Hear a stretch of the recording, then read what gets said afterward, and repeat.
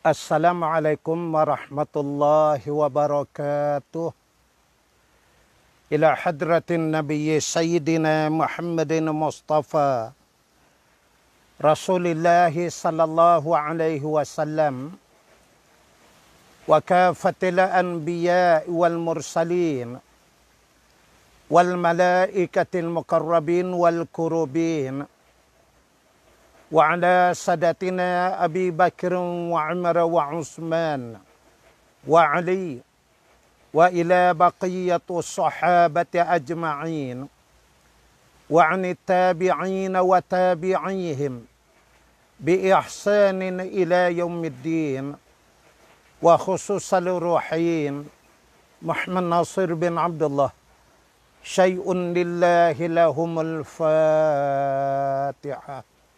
A'udzubillahi minasyaitonirrajim. Bismillahirrahmanirrahim. Alhamdulillahi rabbil alamin. Arrahmanirrahim.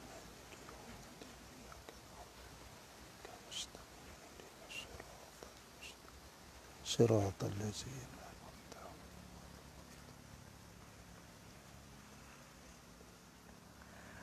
Alhamdulillahilladzi hadana li hadza wa ma kunna linahtadiya laula an hadanallah. Ahmad Zakir. Ana kebetulan berada di kampung ni. Kampung Parit Sembilan, Sungai Besar. Jadi ana buat live daripada belakang rumah arwah mak mentua ana, tepi sawah. Dia memang angin bertiup sangat kencang dan ana harap insya-Allah dapat dengar ya suara ana. Alhamdulillahi rabbil alamin. Wassalatu wassalamu ala asyrafil anbiya wal mursalin sayyidina Muhammad wa ala alihi wa sahbihi ajma'in. Subhanaka la ilma lana illa ma 'allamtana innaka antal alimul hakim. Rabbana iftah bainana wa baina qaumina bil haqq wa anta khairul fatihin. Allahumma faqihna fid din wa 'allimna ta'wil wa la hawla wa la quwata illa billah al-'aliyyul 'azim. Allahumma binurika ihtadaitu wa bifadlika istaghnaitu wa bika asbahtu wa amsaitu. Zunubi baina yadayka nastaghfiruka wa natubu ilaik. Amma ba'du. Faqad qala Allah Ta'ala fil kitabihil aziz. A'udzu billahi minasy syaithanir rajim. Bismillahirrahmanirrahim. Laqad kana lakum fi Rasulillahi uswatun hasanah liman kana yarjullaha wal yawmal akhir wa dzakarallaha katsira. Firman Allah Ta'ala yang bermaksud adalah pada diri Rasulullah sallallahu alaihi wasallam merupakan contoh ikutan yang paling terbaik bagi kamu, bagi sesiapa yang mengharapkan Allah dan negeri akhirat dan mengingati akan Allah dengan sebanyak-banyaknya. Sadaqallahul azim. Maksud ayat 21 Suratul Ahzab. Muslimin dan muslimat, para sahabat dan sahabiyah yang dirahmati Allah sekalian, saya terus saja menyambung bacaan kitab Fiqhus Sirah ya pada petang ini. Bismillahirrahmanirrahim. Tetapi kambing mereka pulang dalam keadaan lapar, sedangkan kambingku pulang dalam keadaan kenyang serta mempunyai susu. Kami terus mendapat tambahan dan keberkatan daripada Allah. Sehinggalah usia baginda sallallahu alaihi wasallam berlalu 2 tahun dan berhenti menyusu. Baginda sallallahu alaihi wasallam membesar dengan cepat, tidak seperti kanak-kanak yang lain. Tidak sampai 2 tahun, baginda sallallahu alaihi wasallam telah menjadi seorang kanak-kanak yang berhenti menyusu. Setelah itu, kami pun membawanya kepada ibunya. Sedangkan kami sangat ingin agar baginda sallallahu alaihi wasallam terus menetap bersama kami. Disebabkan kami melihat sendiri keberkatannya. Lalu kami sampaikan hasrat kami kepada ibunya. Seraya berkata, tinggalkanlah anak ini di sisiku, sehingga ia besar, kerana saya bimbang nanti ia ditimpa wabak penyakit di Mekah. Katanya lagi, kami terus mendesak ibunya, sehingga akhirnya ia mengembalikan anak itu kepada kami. Sidang hadirin yang dirahmati Allah sekalian, pada minggu yang lepas kita membaca dan melihat bagaimana Rasulullah sallallahu alaihi wasallam telah dibawa pulang oleh Halimatun Sa'adiyah, ibu susuannya yang pertama di luar rumah, membawanya pulang ke perkampungan Bani Bakar. Setelah sampai di rumah, ketika itu masih lagi musim panas. Rumput-rumput menjadi kering di kawasan perkampungan Bani Bakar itu. Kemudian umumnya kebanyakan kambing menjadi kurus, kerana sumber makanan daripada rumput itu tak berapa cukup. Namun sebaik saja kami bangun, kata Halimah, pada pagi besok, aku mendapati, katanya, kambing-kambingku menjadi gemuk berlemak, penuh dengan susu.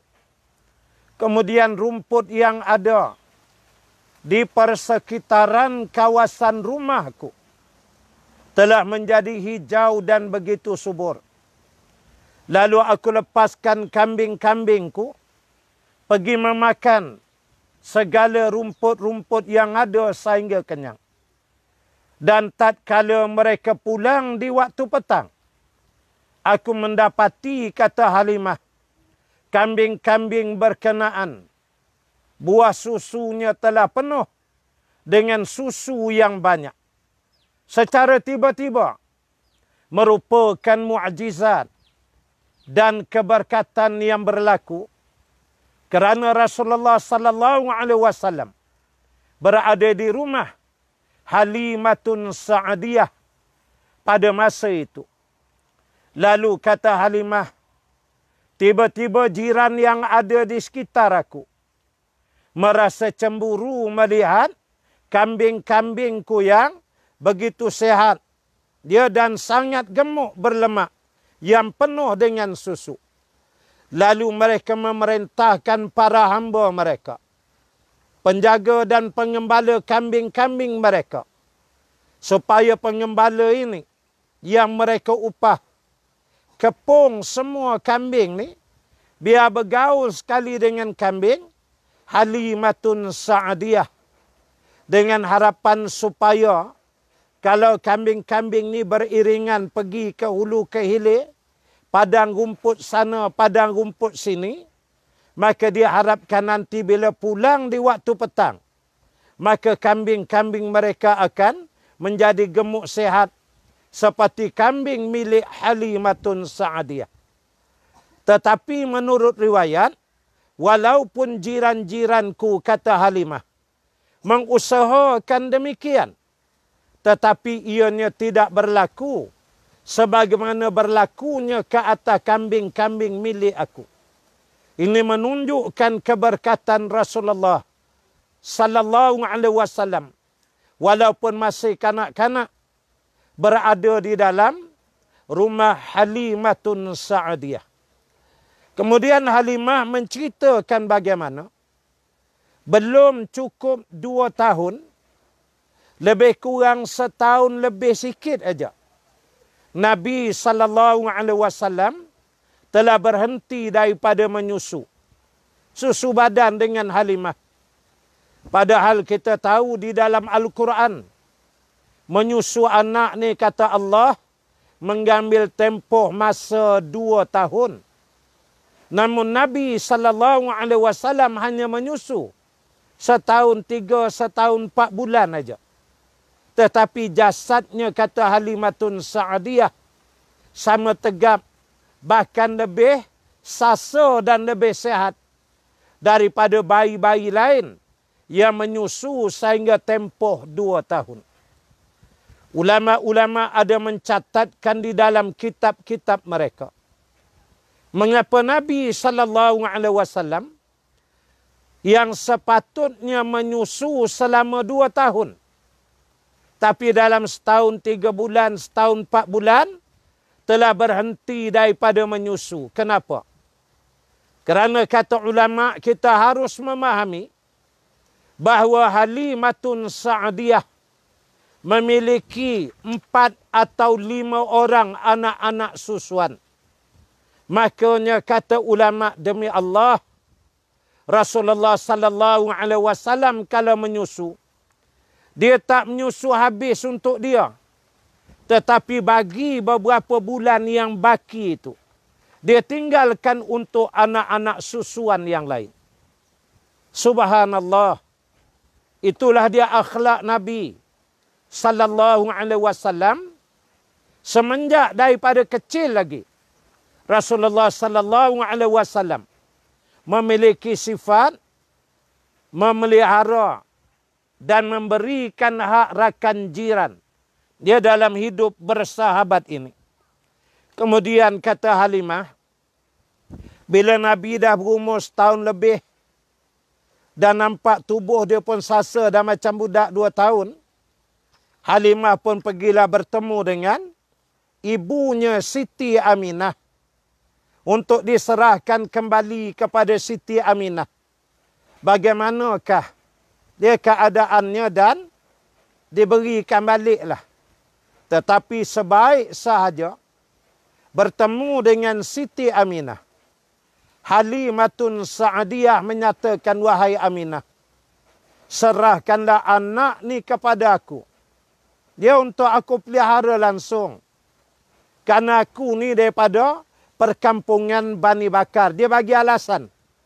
Saya ni duduk di perkampungan Bani Bakar, jauh di pendalaman. Bahasa katanya kalau nak kena penyakit payah. Dia kerana kami jauh di pendalaman ni. Tapi kalau di Mekah ni, wahai Siti Aminah, kamu pun maklum ramai mana orang keluar masuk di bumi Mekah ni. Ramai mana manusia yang datang berniaga. Lain lagi dengan manusia yang melakukan haji, melakukan umrah. Jadi ramainya manusia di Mekah ni. Wahai Halimah, bukan wahai Aminah, bukan mustahil, kata Halimatun Sa'diyah. Mungkin nanti anak kamu terkena penyakit pula. Tentulah macam-macam ya, kerana kanak-kanak lagi. Jadi saya mohon biarlah saya jaga. Cuma saya datang ni nak tunjuk. Anak kamu Muhammad ni sehat. Cuba tengok ni. Dan saya harap izin kalau saya nak bawa balik ke perkampungan saya, perkampungan Bani Sa'ad. Ringkas ceritanya, mak Nabi sallallahu alaihi wasallam, Siti Aminah, bersetuju. Maka Halimatun Sa'diyah pun bawa Rasulullah sallallahu alaihi wasallam kembali duduk. Dia berdiam bersama dengan dia. Begitulah bagaimana Rasulullah sallallahu alaihi wasallam terus berada dalam pemeliharaan Bani Sa'ad. Apabila berlalu 4 atau 5 tahun dari kelahirannya, berlakulah peristiwa pembelahan dada baginda sallallahu alaihi wasallam.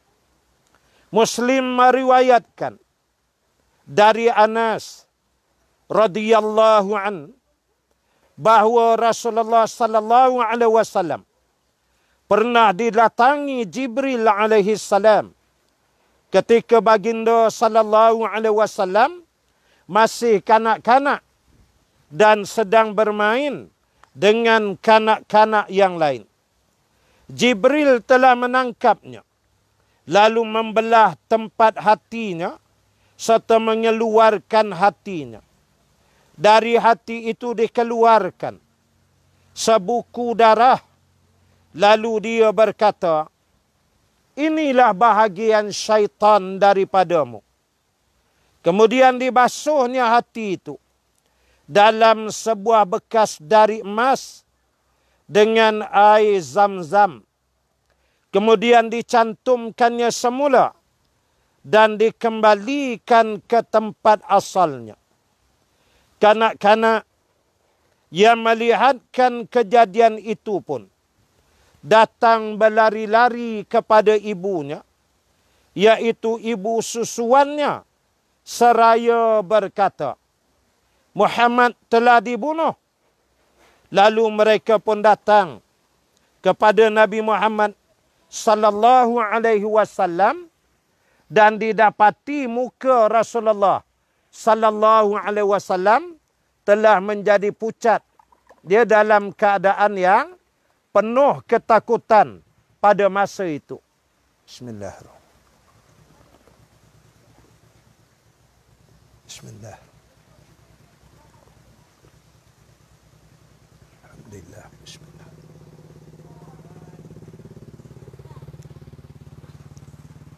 Sidang hadirin yang dirahmati Allah sekalian,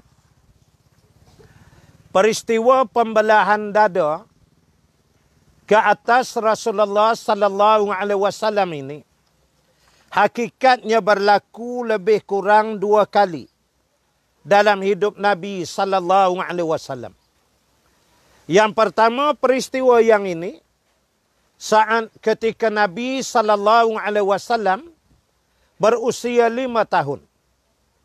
Peristiwa yang kedua terjadi ketika Nabi sallallahu alaihi wasallam nak dibawa naik ke langit dalam peristiwa Isra wal Mi'raj. Sekali lagi dibedah akan dadanya. Menurut Dr. Sa'id Ramadan Al-Buti di dalam kitabnya Fiqhus Sirah menceritakan bagaimana ketika Nabi sallallahu alaihi wasallam sedang bermain-main dengan beberapa orang sahabatnya di kalangan kanak-kanak. Adalah menjadi suatu perkara yang mesti kita fahami. Anak-anak orang Arab ini, usia-usia yang semuda begitu, apabila mereka dikatakan bermain sesama di kalangan kanak-kanak, kita tidak boleh membayangkan sama sebagaimana anak-anak kita di sini bermain. Kita kalau di sini kita kata budak-budak tengah main, 5-6 orang, tentulah dengan padang rumputnya, boleh jadi ada buai gelonsonya, papan jongkit dan sebagainya. Tapi di wilayah Jazirah Arab tidak ada ini. Tidak mungkin mereka ada papan gelonso. Dia kalau dia gelonso memang terbakar punggung kerana cuaca panas. Tidak ada yang mampu melakukan demikian. Maka permainan anak-anak orang Arab usia 5, 6, 7 tahun ni ialah mereka bergumpal, bergusti dengan kambing yang ada. Apabila kambing tu bermain di belakang rumah dalam kandang ataupun di kawasan-kawasan yang berkeliaran di sekitar rumah, disitulah anak-anak orang Arab ini berkejar-kejaran bermain dengan kambing ni. Orang-orang Arab ni mereka ni kuat. Dia pegang kaki dua belah depan, kaki belakang pun dua diangkat, dia letak kambing atas bahu dia. Nanti dia bawa berlari, dia hempah, dia empuk. Itulah cara mereka bermainnya. Makanya pada masa itu Rasulullah sallallahu alaihi wasallam bersama dengan para sahabat radhiyallahu anhum, bersama dengan sahabat-sahabat seusia 5-6 tahun pada masa itu bermain berlari-lari di celah-celah kambing yang banyak. Diceritakan tiba-tiba datang dua malaikat kepada Nabi sallallahu alaihi wasallam. Ini diceritakan dalam kitab Fiqh Sirah Dr. Sa'id Ramadan Al-Buti. Lalu yang seorang malaikat ni bertanya kepada malaikat yang seorang lagi. Ni ke yang nama Muhammad ni? Lalu malaikat yang seorang lagi menjawab, ya, inilah dia Muhammad ni. Inikah yang kita diarahkan oleh Allah untuk kita bedah dia? Lalu sahabat malaikat seorang lagi jawab, ya. Tiba-tiba salah seorang di antara keduanya memegang Nabi sallallahu alaihi wasallam. Di dalam hadis yang panjang, Rasulullah sallallahu alaihi wasallam menyatakan, dua malaikat ni datang dengan memakai pakaian yang berwarna putih. Putih sungguh, kata Nabi. Sebaik mereka memegang sahaja jasadku, tiba-tiba terasa lemah badanku. Kemudian mereka rebahkan aku ikut rebah. Ni dua perkara di mana dunia moden dalam bidang perubatan hari ini, semua para doktor, istimewa doktor-doktor dalam bidang perubatan yang melakukan pembedahan, biasanya pakaian mereka adalah berwarna putih.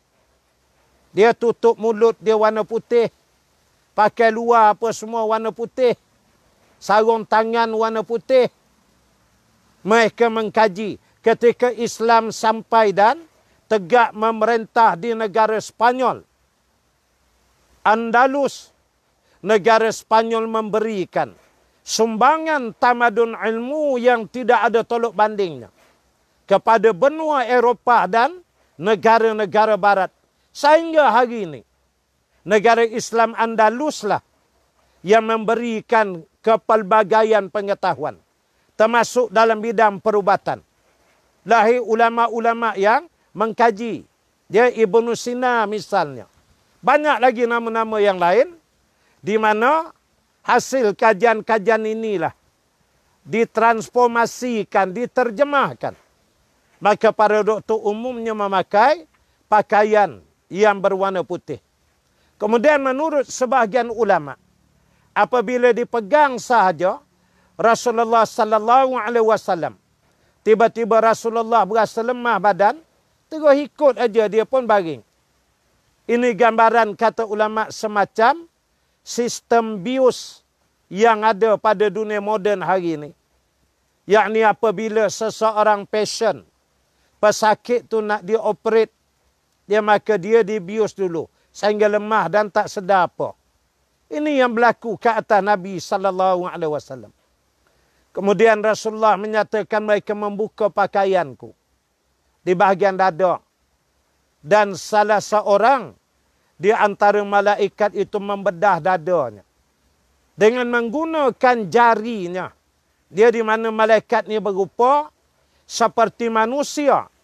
Kemudian dia guna jari dan apa yang berlaku adalah major operation. It is a major operation. It is not a minor operation. Dia ianya merupakan satu pembedahan yang besar. Menurut dalam satu kitab menyebut, mereka bedah Nabi daripada bawah halkum ni, dari bahagian dada, letak itu tarik potong, sampai atas daripada pusat. So it is a major operation. Terbuka begitu. Menggunakan jari. Maka malaikat ini minan nur. Malaikat daripada cahaya. Dan ini merupakan gambaran apa yang dinamakan oleh dunia moden hari ini, laser operation. Dia operation menggunakan cahaya. Ini lebih awal telah dijalankan oleh Allah ke atas Rasulullah sallallahu alaihi wasallam. Hari ni kalau ada orang sakit batu karang tak payah operate dah. Dia tembak pakai laser dia hancurkan batu tu. Banyak ya laser operation hari ni. Rasulullah telah mengalami ini. Kerana memang malaikat dibuat daripada cahaya. Kemudian mereka bersihkan hati Nabi. Dan mereka keluarkan satu seperti ketulan yang berwarna hitam. Ini dalam kitab Fiqh Sirah semua menyebut begitu. Dia ketulan hitam diambil dan diberitahu ke Nabi. Nabi masa itu macam senyap, terkapar, tak boleh buat apa. Lalu Jibril, malaikat menyatakan, ini adalah tapak bagi syaitan bersarang di hatimu. Lalu dia buang. Menunjukkan dalam hadis ini, kata ulama, di dalam hati kita tiap-tiap manusia ni ada tapak untuk syaitan duduk di dalamnya. Karena itulah kita diperintahkan supaya menjaga solat, sentiasa membaca Al-Quran, membanyakkan selawat ke atas Nabi sallallahu alaihi wasallam, mempertingkatkan zikir dari masa ke masa. Semua itu merupakan futuhur rabbani. Dia pembukaan daripada Allah untuk hati manusia. Di sana ada satu lagi dia panggil futuhus syaitani. Pembukaan bagi syaitan. Apabila hati kita biar kotor, titik hitam tu membesar, syaitan bersarang, syaitanlah yang memimpin kehidupan ni, na'udzubillah. Makanya Nabi dibuang tapak itu, dibersihkan. Kemudian dibasuh hati Rasulullah, jantung dia, dengan air zam-zam. Dibawa air zam-zam. Tetapi batil ya, bercana dia. Bekas tempat air zam-zam itu dibawa daripada syurga. Bekasnya daripada syurga, airnya dicedok daripada air zam-zam, telaga yang ada di Mekah. Ini menunjukkan bahawasanya air yang paling bersih, air yang paling haibat, air yang paling terbaik di langit dan di bumi ialah air zam-zam. Bukan air yang lain. Walaupun manusia boleh buat ya air suling lah, air mineral yang terbaik lah, dengan alkaline lah, macam-macam. Demi Allah tidak akan tertanding dengan air zam-zam. Di dalam syurga itu ada sungai. Ada sungai yang mengalir, yakni sungai madu. Ada sungai arak yang tidak memabukkan. Ada sungai daripada susu. Ada sungai daripada air biasa. Sehingga ahli syurga, kata Nabi, bila pergi ke tebing sungai di syurga air jernih ni, berjengkit-jengkit kaki perlahan-lahan. Takut basah. Kerana mereka tak tahu nak beza antara air sungai syurga dengan tebing. Sama-sama jernih. Bersihnya air sungai dalam syurga ni. Mengapa tidak dibawa je air sungai syurga, basuh hati Nabi sallallahu alaihi wasallam? Mengapa ambil air zam-zam yang digunakan? Itulah menunjukkan jauh mulia tingginya air zam-zam ini mengatasi air yang lain. Kita jangan menggunakan akal dalam perkara ini. Pernah ada jemaah haji balik daripada Mekah, bawa air zam-zam. Setelah beberapa minggu, saya pergi ziarah dia. Kemudian dihidangkanlah air zam-zam. Saya minumlah. Kemudian bercakap dia. Dia kata, Ustaz, elok balik je daripada Mekah, saya buat testing. Dia jadi tester air pula. Adalah alat, tak apa benda, kertas litmas lah, apa benda, tak tahulah. Jadi kalau celup air ni, dia boleh tahu ketinggian alkali dia berapa. Kebersihan dia setara mana, begitu begini. Adalah data-data dia akan dapat. Kemudian dia bubuh dekat air zam-zam. Wallahi saya dengar dengan telinga saya sendiri dan saya mohon perlindungan daripada Allah. Dia menyatakan, Ustaz, bila saya buat tes saya ni, saya tengok air mineral yang ni jauh lebih bersih daripada air Zam-Zam. Na'udzubillahi min zalik. Wal'iyazubillah. Ni bangsa jenis balik daripada Mekah, hati perut buta kayu. Kepala jenis tak ada akal, tak ada otak. Baru balik Mekah, dia kata, air mineral, alkali apa semua tu, jauh lebih bersih daripada air Zam-Zam. Ni bodoh cakap macam ni. Sepatutnya orang baru balik Mekah. Kalau tak balik, tak pergi Mekah pun. Mesti meletakkan Zam-Zam lebih bersih, lebih bernilai, lebih berkualiti dari seluruh air yang lain. Pandai-pandai buat tes-tes begitu, lepas tu anggap Zam-Zam ni, kualiti dia nombor 2. Na'udzubillahi min zalik. Kalau kamu menganggap air yang lain daripada Zam-Zam, itu jauh lebih bersih daripada Zam-Zam, saya tanya, dan saya tanya dia, anti dapat air dalam botol alkali yang bersih sangat ni, air ni dihentak oleh tumit Nabi Ismail ke? Ada ke telaga mana-mana di Malaysia, di mana-mana? Nabi Ismail datang tak kaki keluar air. Air itu ke yang kamu kata? Zam-Zam ni air yang keluar melalui hentakan tumit seorang Nabi. Tiba-tiba kamu duk kata air pakai mesin ni. Pakai itu, pakai ini, penapis apa semua. Itu lebih baik daripada Zam-Zam. Kazib. Ini satu pendustaan yang tidak boleh kita terima. Sekiranya air alkali itu konon lebih hebat, nescaya Allah ambil air itu untuk basuh hati Rasulullah sallallahu alaihi wasallam pada malam peristiwa yang berkenaan. Hadirin yang dirahmati Allah sekalian, Dr. Sa'id Ramadan menulis suatu fakta yang menarik berhubung dengan pembedahan dada Rasulullah sallallahu alaihi wasallam ini. Bismillah.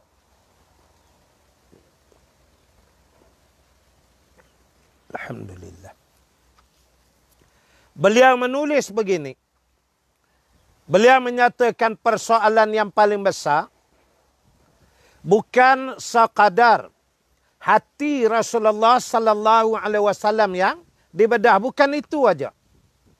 Tetapi yang lebih besar daripada itu, kata dia, ialah Allah Subhanahu wa taala menghantar mesej kepada Nabi sallallahu alaihi wasallam untuk memberitahu Rasulullah supaya kamu, wahai Muhammad, walaupun sekarang usia 5 tahun, beringat akan banyak benda-benda pelik dan ajaib yang akan berlaku dalam kehidupan kamu atas sifat mukjizat.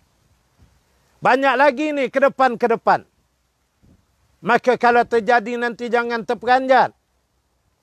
Kalau berlaku nanti jangan kamu pula berasa bingung dan kehairanan. Ni apa pula yang berlaku atas aku ni? Jangan. Kerana kamu bakal menjadi seorang Nabi. Ini mesej. Maka soal hati dibasuh apa itu yang itulah. Tapi lebih besar Allah mentarbiah Rasulullah. Get ready. Ke depannya akan banyak lagi hal-hal pelik berlaku atas kamu. Dan kamu kena ingat, itu semua adalah daripada Allah. Qadi Rabbul Jalil. Umpamanya ke depan nanti kita tahu. Berlaku pada peristiwa Hudaibiyah. Rasulullah sallallahu alaihi wasallam menghentakkan tongkat, air keluar. Sehingga membentuk telaga di Hudaibiyah sampai hari ini. Umpamanya dalam peperangan Tabuk. Perang Tabuk ini berlaku di musim kemarau. Hari ini Nabi sampai balik je ke Madinah, besok pagi itu puasa. Ramadan, daripada kalimah Ramadan itu, Ramadan ataupun Ramadan dengan makna panas kering yang membakar. Nah, jadinya bila balik daripada Tabuk, cuaca terlampau panas, para sahabat minta kalau ada air cari, tak jumpa. Lalu Nabi berdoa kepada Allah. Di dalam hadis-hadis sahih menyebut Rasulullah sallallahu alaihi wasallam urut tangan dia. Dan air memancut keluar daripada celah-celah jari Rasulullah sallallahu alaihi wasallam. Air bukan keluar daripada ujung jari, bukan. Antara jari jemari dia dicelah. Lalu para sahabat menadahnya dan meminum sepuas-puasnya. Ini benda pelik. Ya, ini benda ajaib. Itu mukjizat. Begitu juga perjalanan daripada Mekah ke Baitul Maqdis, naik ke langit, kemudian sebelum subuh sudah sampai di Mekah. Perjalanan yang begitu jauh daripada Mekah ke Baitul Maqdis di Palestin, naik unta zaman tu, pergi aja 3 bulan. Nabi SAW siap package, naik ke langit, turun balik. Sehingga pagi besok, belum sempat subuh sampai dah. Alangkah laju dan luar biasanya. Jadi oleh kerana ke depan ni macam-macam hal. Nanti dalam peristiwa peperangan Badar kita akan tengok. Ada sahabat yang tak ada senjata. Dia hanya memiliki pelepah tamar saja. Dalam peristiwa peperangan Badar. Lalu dia gunakan pelepah tamar yang ada. Bertempur tidak undur. Tiba-tiba pelepah tamar tu patah pula. Lalu dia jumpa Nabi SAW. Mengadu minta Rasulullah tolong doa. Supaya dia diberikan senjata untuk meneruskan pertempuran. Lalu Nabi berdoa dan Nabi sapu, Nabi urut batang tamar. Pelepah tamar tadi. Tiba-tiba bertukar menjadi pedang yang di hujungnya bercabang. Dia dikenali sebagai pedang Zulfikar. Ataupun pedang Zulfakar. Yang akhirnya dimiliki oleh Sayyidina Ali karamallahu wajah. Jadi pelik dia bertukar. Macam-macam nanti. Dia makanya Allah Ta'ala jadikan juga. Kita akan lihat ketika mana Nabi berusia 25 tahun. Bergerak pergi ke wilayah Syam berniaga. Pada masa bergerak aja awan yang berwarna putih menaungi Rasulullah, bergerak sampai ke wilayah Syam. Sampai balik ke Mekah. Ini diceritakan oleh Maisarah yang mengikuti sama rombongan ke negeri Syam. Jadi akan banyak. Oleh kerana ke depan tu lagi akan hebat-hebat benda peliknya. Maka untuk ni ya Rasulullah, makna begitulah. Mesejnya aku buat dulu belah dada ni. Supaya nanti lepas ni berlaku apa-apa jangan terperanjat sangat. Walaupun peringkat ini ni Nabi terkejut. Dia siapa pula tak terperanjat. Kawan-kawan dia nampak. Dada dia dibelah. Lalu kawan-kawan yang sepermainan ni berlari terus ke rumah. Menjerit-jerit memanggil Halimatun Sa'adiyah. Sambil mereka menyatakan, sesungguhnya Muhammad telah dibunuh. Muhammad telah dibunuh, kata mereka. Halimah bila dengar ni menggeletar jasad.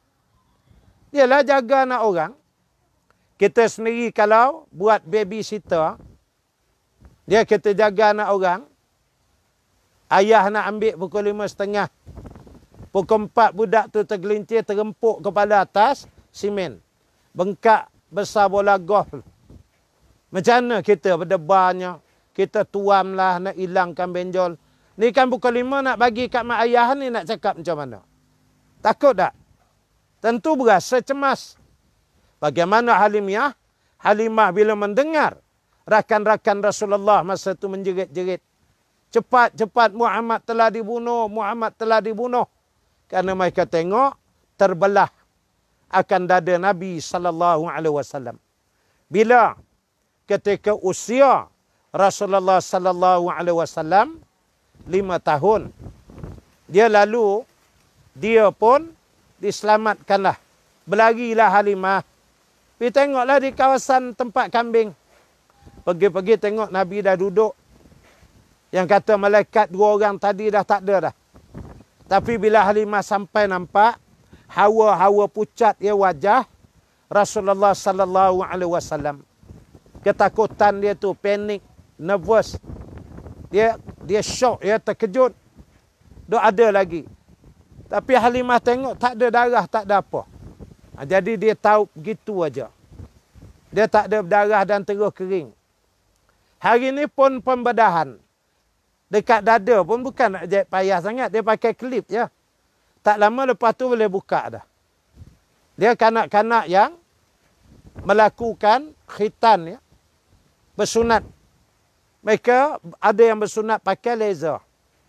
Pagi buat kan, petang dah kering dah.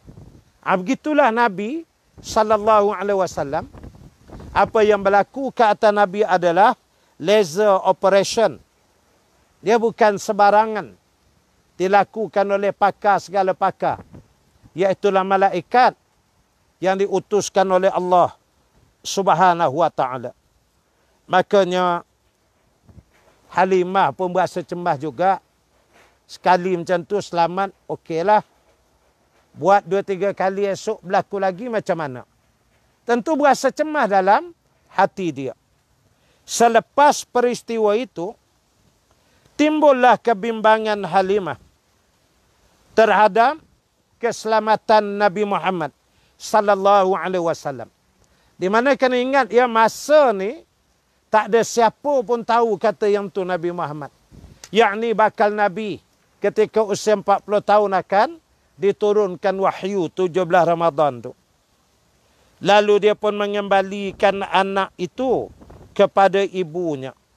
Maka tinggallah Nabi Muhammad sallallahu alaihi wasallam bersama ibunya mencecah usia 6 tahun.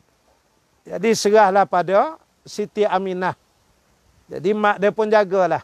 Halimah dah berasa bimbang, takut-takut berlaku apa-apa pula. Mengenangkan kepada suaminya yang telah meninggal, Aminah bercadang untuk menziarahi kuburnya di Yasrib, yakni di Madinatul Munawwarah. Lalu dia pun keluar dari Mekah, mengendarai kenderaan sejauh 500 kilometer.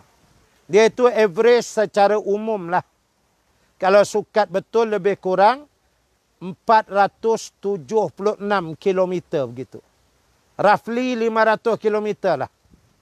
Ayah jadi naik unta. Pergi Siti Aminah. Bawa Nabi Muhammad ni. Dia bersamanya juga adalah Ummu Aiman yang menjadi pembantu dia. Bawa.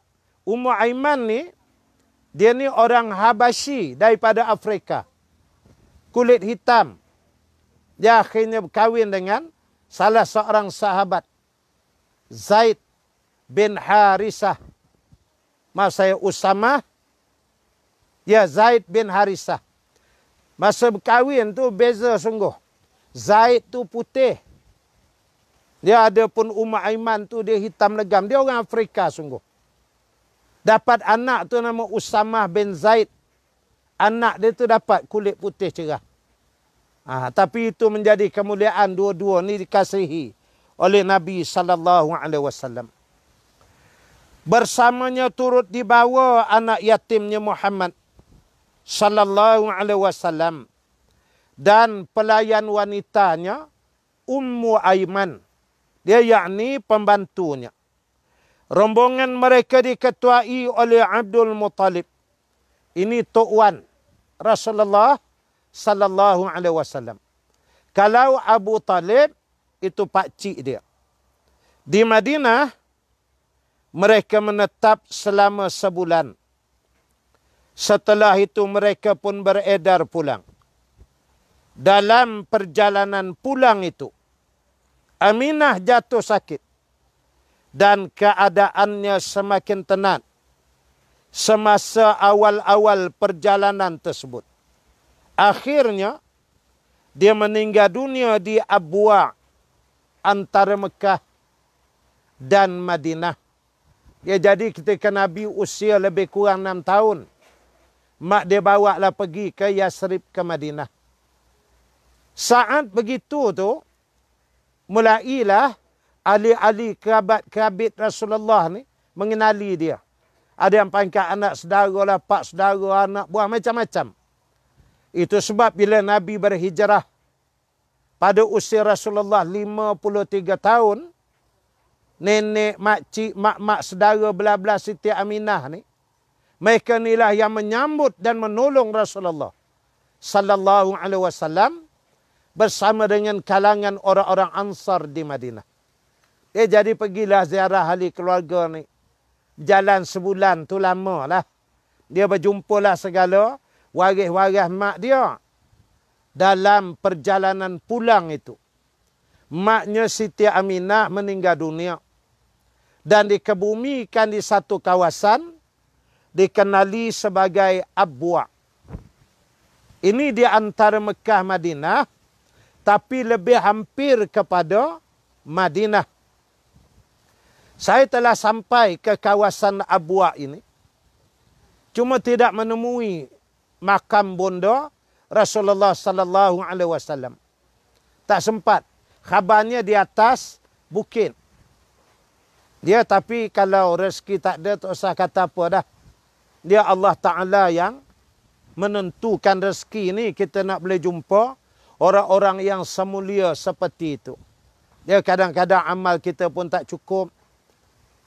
Kebersihan hati kita tak menjejak lagi, maka Allah tak sampaikan, tak jumpa.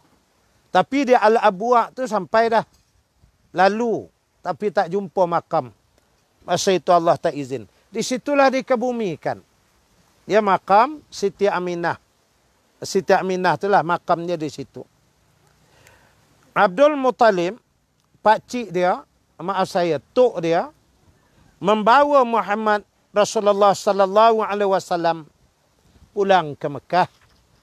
Jadi balik tu berasa sayu hati lah. Tok lah tengok cucu lah, tak ada ayah dah.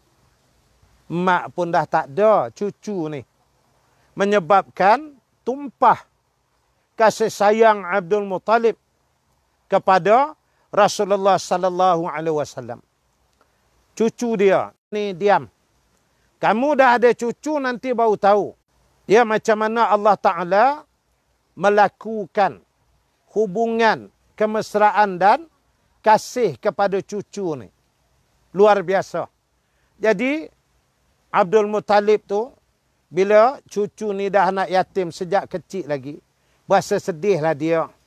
Dia bawa balik dan dia jaga.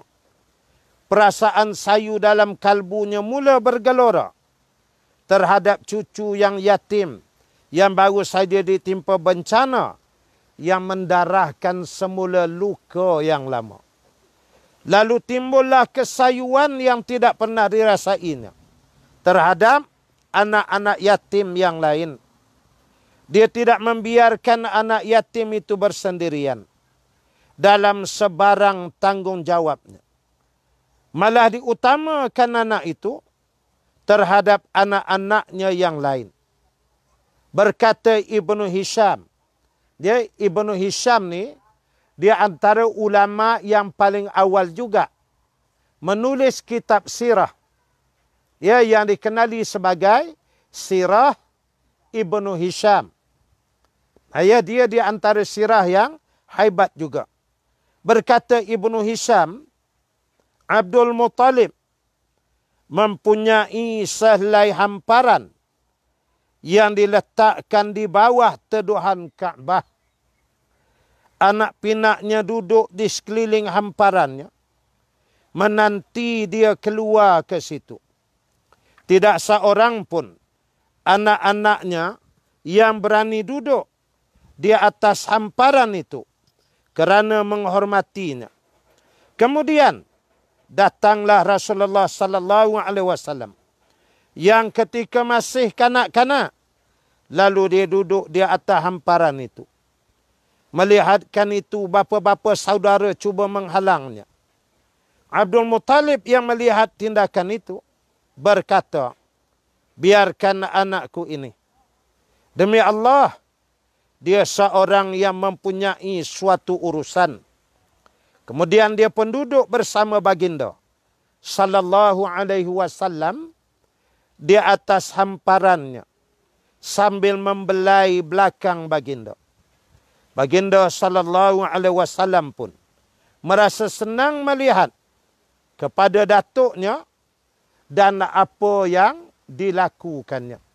Dia jadi datang tumpah kasih sayang yang luar biasa daripada datuk kepada cucunya, yakni Nabi sallallahu alaihi wasallam. Abdul Muttalib ni dikira sebagai otai, ya, orang tua yang sangat disegani di kota Mekah. Dia it is a full respected from the others. Semua penduduk Mekah ni tabik hormat dengan Abdul Muttalib ni. Dia orang tua, lepas tu dia jenis berakhlak. Pemikiran dia bagus, dia baik. Dia tak menyombong. Memang orang hormat dia. Dan dia ni kuat beribadat, Abdul Muttalib ni. Kalau dia berada di hadapan Kaabah, dia akan bentang satu kain lah tempat duduk dia. Maka anak-anak cucu dia yang lain ramai, berpuluh-puluh. Nanti kita akan lihat dalam riwayat lain. Dia termasuk pangkat-pangkat anak saudara, pak saudara dengan Nabi. Abdul Muttalib macam Ja'far bin Abdul Muttalib. Bersaudara tu adik-beradik dengan Abu Talib. Abu Talib tu anak dia antara Sayyidina Ali. Ali bin Abi Talib. Jadi rangkaian Nabi, pak saudara, anak saudara, bukan kecil-kecil anak. Ramai. Bilanya Abdul Muttalib duduk depan Kaabah, seorang tak berani nak rapat. Kita kata nak lintas pun tak berani. Takut segan ke dia. Kalaupun mereka nak bersama dengan dia, tunggu. Dia dah habis beribadat kan. Dia nak bangun, dia lipat kain pelepak tempat dia duduk, pelapik dia tu, dia lipat. Dia berjalan, barulah dia orang berlari-lari, atuk macam tu. Kata waktu-waktu dia ibadat nak rapat tu tak berani langsung. Jadi waktu-waktu macam tu selalu aja Nabi sallallahu alaihi wasallam datang. Dia Rasulullah datang selamba je pun pergi nak masuk, duduk di atas kain tempat duduknya Abdul Muttalib. Maka dalam perjalanan Nabi nak ke sana tu, adik-beradik dia yang lain ni tahan. Pak saudara, anak saudara tadi, jangan wahai Muhammad. Muhammad, jangan pergi situ, jangan rapat. Tiba-tiba Abdul Muttalib sendiri marah. Dia kata, biar Muhammad dah datang sini, biar yang lain duduk tepi. Muhammad, mari duduk dengan aku. Nabi berjalan. Maka kain yang dia duduk tu ada baki separuh. Separuh tu Rasulullah duduk. Nah, begitulah daripada awal lagi. Allah Subhanahu wa ta'ala menunjukkan penghormatan yang tinggi yang diberikan ke atas Nabi sallallahu alaihi wasallam. Tu kehebatan Rasulullah tu. Dia nabi-nabi lain telah disebut, dipanggil dengan nama dalam Quran. Ya Adam, ya Musa, ya Nuh, ya Ibrahim dan sebagainya. Tapi Nabi Muhammad sallallahu alaihi wasallam Allah Ta'ala panggil, Ya ayyuhal muddassir, Ya ayyuhal muzammil, Ya ayyuhal rasul, Ya ayyuhan nabi. Mana ada Ya Muhammad dalam Quran? Tak ada. Kenapa? Sekiranya Allah panggil Nabi SAW dengan nama Ya Muhammad, makna Nabi dengan Nabi lain tu sama. Kerana panggilan dah sama. Sedangkan Rasulullah tu mengatasi dia tu sayyid, penghulu kepada semua Nabi. Maka dia tu tak panggil Nabi macam Nabi lain. Nanti kan macam adpa pula. Dia dipanggil dengan gelaran-gelaran yang hebat. Sementara kalau Allah telah memuliakan Rasulullah macam tu, bagaimana dengan makhluk? Bagaimanalah dengan namanya Abdul Muttalib? Tu menjadikan Allah bentuk hati dia tu cinta kasih dan meletakkan hormat yang ta'zim yang tidak ada tolok bandingnya ke atas Nabi sallallahu alaihi wasallam. Maka Rasulullah bila duduk sebelah Abdul Muttalib ni, itu dia ada pengaruh pada dakwah nanti. Dia esok bila umur dah 40, Nabi mula berdakwah. Pada masa itulah orang mula bercakap, kita nak ganggu buaya-buaya. Ni bukan sebarang. Cucu Abdul Muttalib, orang malu tu ada. Tetapi nanti itu dimatikan. Dibela pula Abu Talib. Abu Talib pun Allah matikan. Kenapa? Karena Allah Subhanahu wa ta'ala mahu Allah sahaja secara direct yang menjaga dan mendidik akan Nabi sallallahu alaihi wasallam. Ini kehebatan Rasulullah. Semasa umur Rasulullah sallallahu alaihi wasallam 8 tahun 2 bulan 10 hari, datuknya Abdul Muttalib meninggal dunia di Mekah. Sebelum kematiannya, dia sempat berwasiat supaya penjagaan Rasulullah sallallahu alaihi wasallam diserahkan kepada bapa saudaranya Abu Talib, iaitu saudara kandung bapa Rasulullah sallallahu alaihi wasallam. Dia Abdullah, ayah Rasulullah tu Abdullah bin Abdul Muttalib, bukan orang lain. Pakcik dia tu. Dia lepas tu yang ni pula dengan Abdul Muttalib tu, tok dia pula. Jadi rangkaian kekeluargaan ni mengepung Rasulullah. Mendidik dan mentarbiah dia. Makanya nanti kita akan lihat, seorang demi seorang dimatikan oleh Allah. Kerana Allah tidak mau urusan kenabian dan kerasulan itu ada dinodai oleh campur tangan urusan kemanusiaan. Allah tak mau. Apabila yang ni Muhammad bin Abdullah ni Nabi aku, Rasul aku, bawa kitab aku, menyampaikan ajaran dan perintah aku, tentu wajar biar aku aja yang didik dia. Biar aku yang bernama Allah ni yang asuh dia, yang jaga dia, yang menyelamatkan dia daripada kepelbagaian kejahatan yang dilakukan nanti oleh orang-orang kafir Quraisy, khususnya ketika tempoh 13 tahun dakwah di Makkahul Mukarramah itu. Dan itu nanti kita akan lihat zaman-zaman tribulasi. Dia saat ketika mana dakwah mula dikumandangkan secara terbuka di kota Mekah. Tidak cara sembunyi, dan nanti kita akan tengok.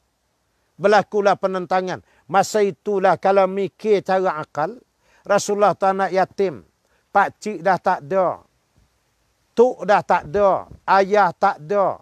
Mak tak ada. Siapa dia yang nak jaga dia? Kalau dikira secara akal masa tu, perancangan-perancangan musuh yang macam-macam buat 13 tahun ni, mati dah dakwah. Silap, Nabi Muhammad tu dah wafat, kena bunuh dah. Tapi tidak berlaku. Penyokong makin bertambah. Pengikut-pengikut akidah makin kuat. Ya, perkembangan Islam semakin baik. Sehingga bila pergi ke Madinah, dapat pula Yasrib, ya, sebuah negeri. Ditegakkan pula kepimpinan dan pemerintahan Islam di sana. Inilah nanti insya-Allah kita akan lihat dalam kuliah yang akan datang. Dan seperti yang saya sebut awal tadi, kebetulan hari ini saya berada di kampung Parit 9, Sungai Besar, Selangor. Jadi saya buat di luar ni seronok. Rasa kalau 2 jam lagi saya boleh shoot ni. Dengan anginnya, cuaca pun elok. Saya berada di bawah pohon mangga.